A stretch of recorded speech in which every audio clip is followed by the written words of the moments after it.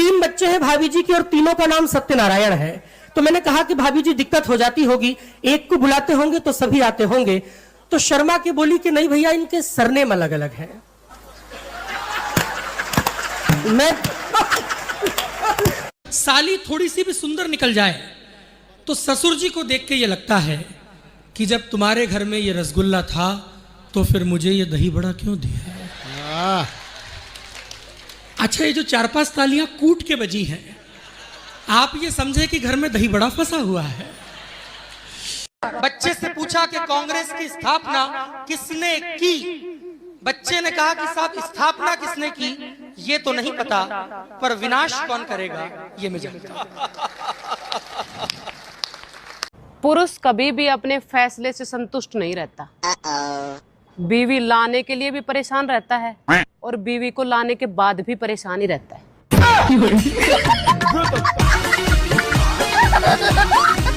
मैंने तो परेशान होकर के मोदी जी को चिट्ठी लिख दी भाई साहब। जय हो आपकी।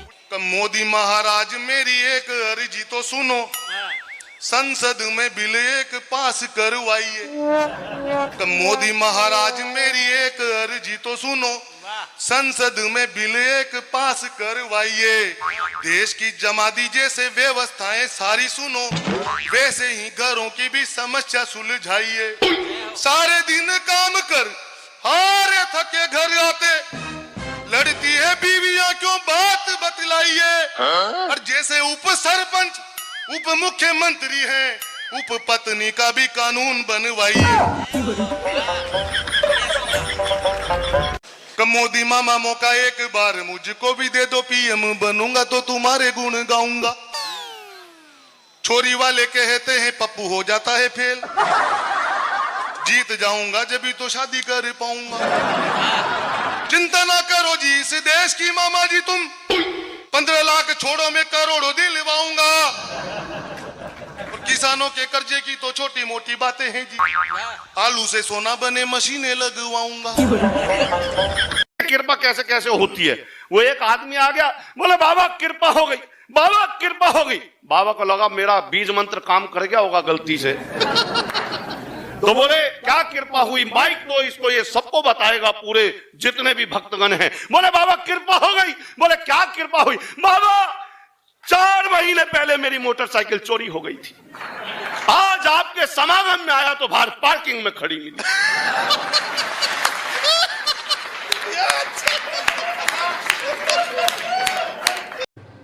वो एक जीप में 5-7 नेता जा रहे थे कहीं सवार होकर, किसी गांव से गुजरे तो अचानक जीप पलट गई। जीप पलट गई, कुछ नेता ऑन द स्पॉट ऊपर चले गए, 1-2 जो बचे हुए थे उन्हें भी ग्रामीणों ने दफना दिया। थोड़ी देर बाद पुलिस वाले आए, उनकी क्वेरी हुई, ग्रामीणों से पूछा गया, बोले भाई कोई नेता जिंदा तो नहीं था। बोले साहब 2-3 तो कह रहे थे हम जिंदा हैं, लेकिन हमने उन्हें भी दफना दिया, हमें लगा नेता हैं झूठ बोलते होंगे। तो कई बार ये स्थिति होती है। हाथ से कभी अगर टीचर हो जाए तो बच्चे का भविष्य आप समझ सकते हैं। हमने अपने ही स्कूल के एक बच्चे से पूछा, हमने कहा बेटा ये बताओ 1 किलो रुई और 1 किलो लोहा, दोनों में भारी क्या होगा। उसने कहा मास्टर साहब लोहा भारी होगा।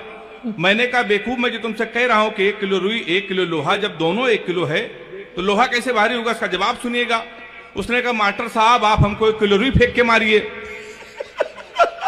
हम आपको 1 किलो लोहा फेंक के मारते हैं।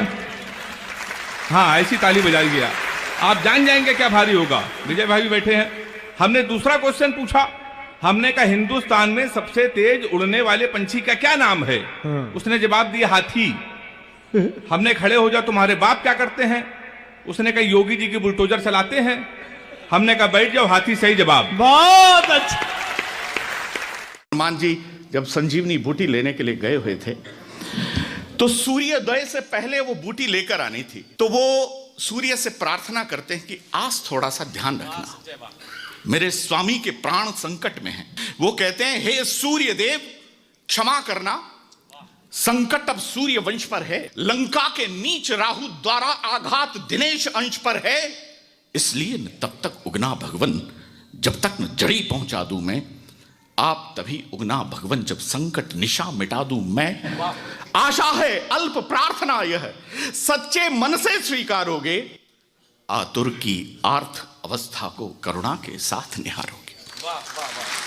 फिर कहते हैं अन्यथा समझ लेना दिनकर, अन्यथा समझ लेना दिनकर अंजनी तनय से पाला है, बचपन से जान रहे हो तुम हनुमत कितना मतवाला है।